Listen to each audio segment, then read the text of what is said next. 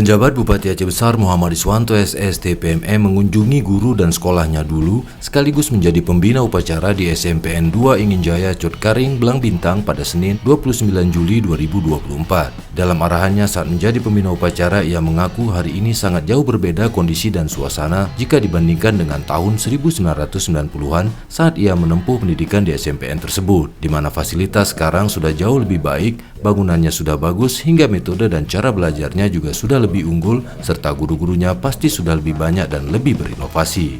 Untuk itu ia berharap agar para siswa SMPN 2 Inginjaya lebih rajin dan terampil dalam belajar, patuh pada peraturan sekolah dan patuh kepada guru.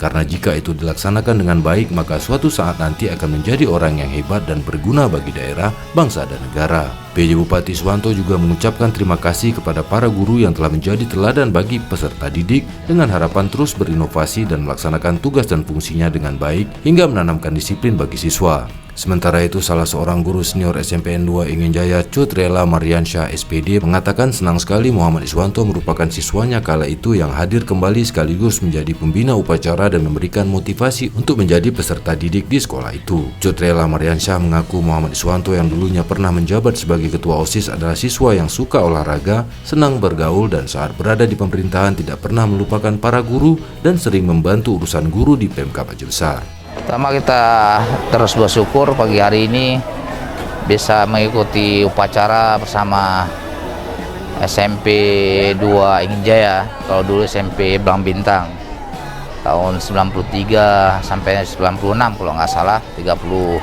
tahun yang lalu. Ya, saya juga di sini.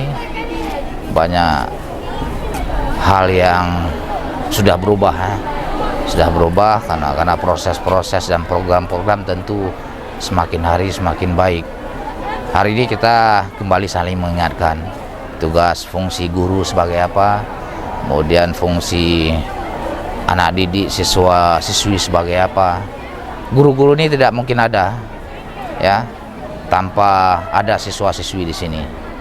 Jadi kita bersyukur dengan proses saat ini Merdeka Belajar juga sudah berjalan di SMP ini. Tentu koridor-koridor seperti disiplin, kemudian juga saling menjaga, mengingatkan etika, adab, dan sebagainya tentu harus dikedepankan. Meskipun program penerapan boleh berubah-ubah, tapi ya kita sebagai negeri yang memiliki syariah juga sangat kental juga harus kita pertahankan. Ada kearifan-kearifan lokal, muatan-muatan lokal mungkin yang harus terus diasah, diperkuat oleh guru-guru di sini.